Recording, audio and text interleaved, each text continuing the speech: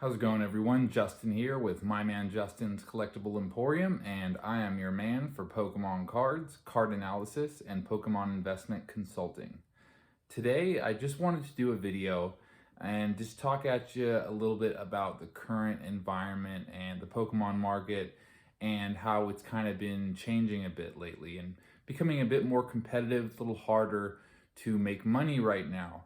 So I just wanted to share about this is especially for people that are interested in buying collections, especially on eBay.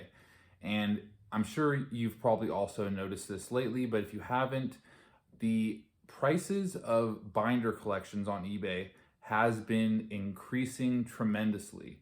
So what this appears to look like to me is that there's been more people trying to kind of get in this making money from Pokemon kind of deal. It's been working out for some people lately. And what it's done is it has greatly increased the price of collections for the binder lots, binder collections that you can kind of search for on eBay. So what this has done, the problem with this though, is that the demand by the individual collectors that are just buying individual cards, which is what you buy binder collections for usually, is you buy a collection, you kind of get a reduced price for buying a whole bunch of cards at once. The reason that collections are also supposed to be cheaper is because the person selling the collection, by selling it in that big collection right like that, they're not having to do all the work of listing individually, piecing them out, taking all the work, buying shipping material, paying eBay fees, taking all the time to list, answer questions for customers. There's a lot that goes into it. So that actually reduces the price of these large collections, and rightly so, because there is a lot of work and experience and expertise and time and money that goes into selling these large collections. So the binder collections are usually cheaper for these reasons.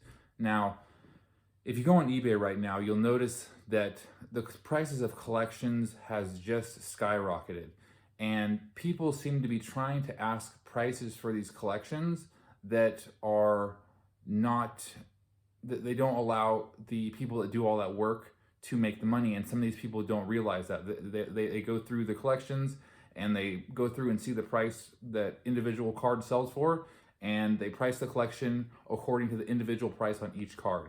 When of course this isn't how it really works. Although some people, if there's a person that really just wants to buy the collection to keep it because they're putting together some kind of master set, maybe it would be worth a little more to them. But for the most part, most people that are buying these large just binder collections full of kind of random cards from all kinds of different sets are people looking to do the work to sell the cards individually or in meaningful lots.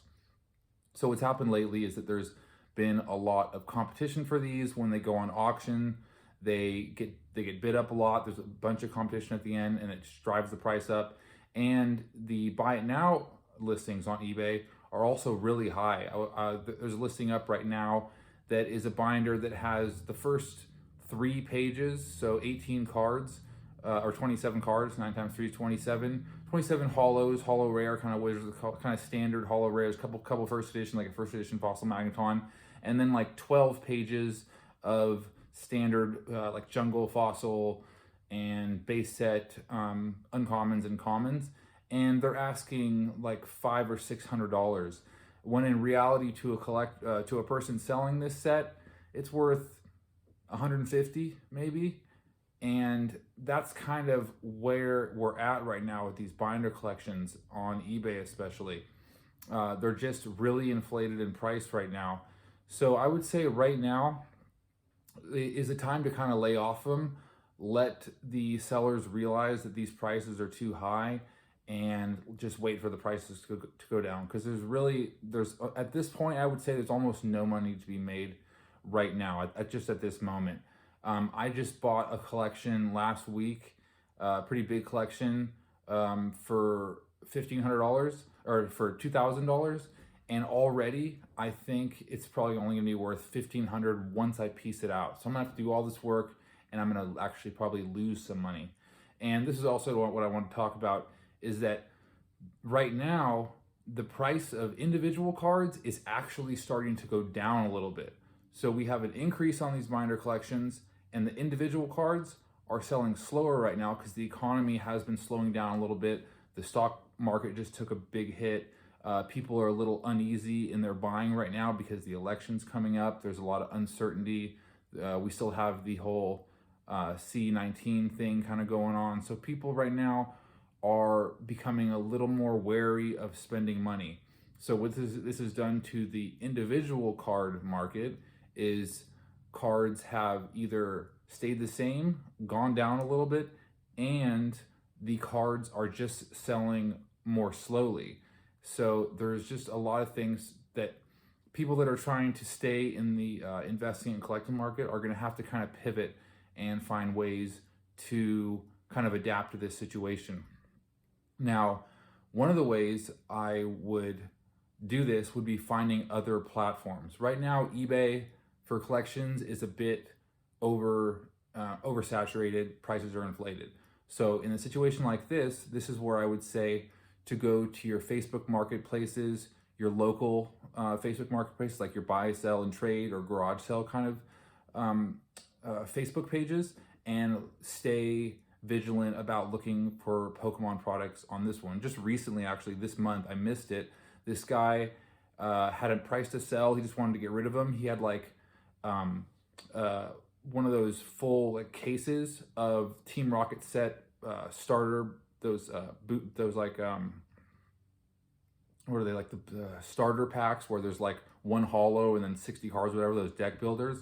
There was like the whole case though, so there was like 10 of those sealed, and he had them priced really good. It would have been a great buy. Probably someone could have looked at like a 80% profit margin on that purchase.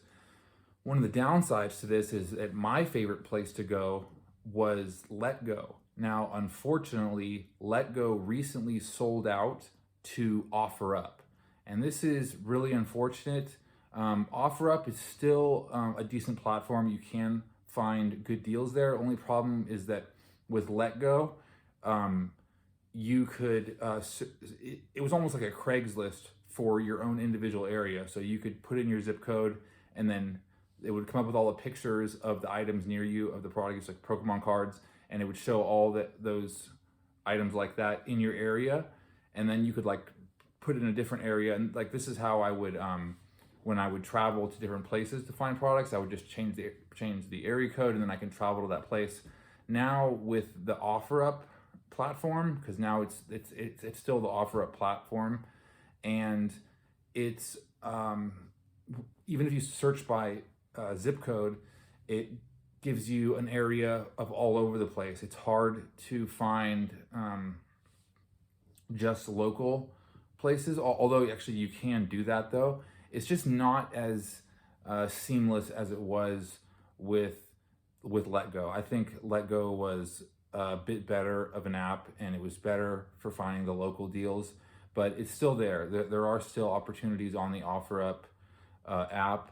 So that is another place I would say to look for if you're trying to find some deals in a market that's less inflated and less saturated, and find deals that way, as well as, of course, the Facebook groups. Another thing I wanted to talk about is eBay's new, I don't know how new this is, but I think it's fairly new, the verified owner's rights program. I think it's called the VeRO, VeRO program. And I actually just got tagged by this lately. So for people that have been selling unlicensed products on eBay, there is a program now that makes it easier to spot these things. And I'll give you an example, and I'll show you this message I got from eBay here.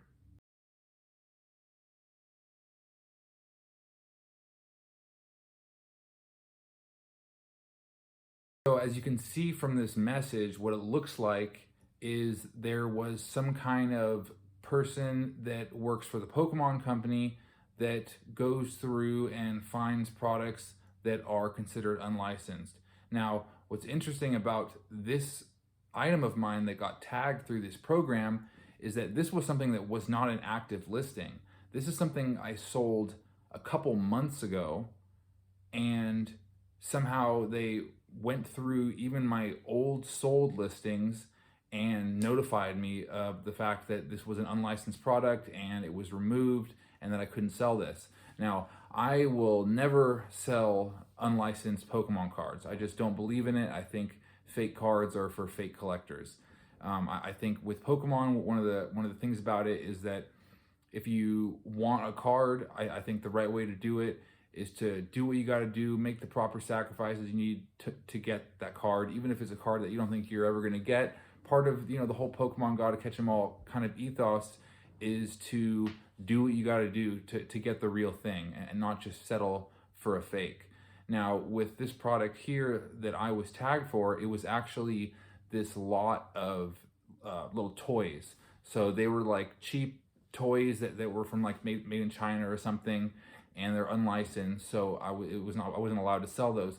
Now, I wasn't really thinking about it as I do with cards, because like I had it set in my mind that I'm not going to sell inauthentic cards, but I kind of didn't really think about it as thoroughly with these toys. I just, it didn't seem like it was the same thing, but of course it is. I shouldn't have done that. So just a warning for people now too. eBay does have a program. It seems to be that there's Nintendo Pokemon employees going through and finding sellers that have, even in the past, sold unlicensed Pokemon products. And I don't know if this is because I've had a decently high amount of sales, so maybe it kind of puts me on the radar a bit more than someone else.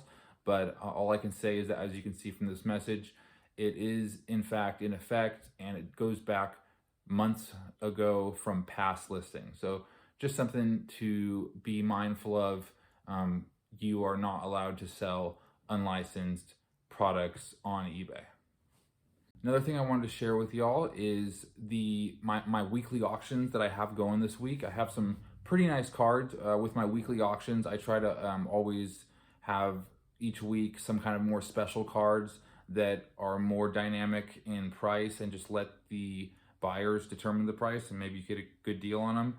But just to give you an idea, these are the kind of cards that I put on auction, and they're all in around the near mint condition, so they're nice cards. We got some old EXs, base set Charizard. This one's in like light play condition, the Rocket Zapdos. And just to let you know, this is a time, like I said, that people are being a bit more wary of spending money, so there is a chance to kind of get these a bit cheaper than you normally would. And of course, I'm a little bit nervous about it because I'm, as a seller, making these investments and risks in buying these cards. I am trying to get the most I can out of these cards, but whatever happens, I gotta just accept it and just take what I can get for them. But yeah, as you can see, these are some nice cards, some more sought after Wizards of the Coast holo rare cards. And they are ending this Sunday. So if you're interested in those cards, they're ending on Sunday, and if you decide to bid for them, good luck on that. So that's it for today. Just wanted to kind of share those insights with you about the kind of increasing price on binders, some ways to kind of pivot and stay relevant and adapt to the situation. We don't know what's going to happen in the next upcoming months, how the market will be, so it's always good to just kind of always be adapting and dealing with the market as it changes. And just some ideas with kind of more local sources and platforms like Facebook and OfferUp to be able to kind of get to a market that isn't so saturated, kind of let eBay cool down a little bit. And also just wanted to share with you about my experience with the VeRO program and the weekly auctions on my store. User MyManJustin, store's name is MyManjustins Collectible Emporium. And I will see you on the next broadcast. Thanks for tuning in, and until next time.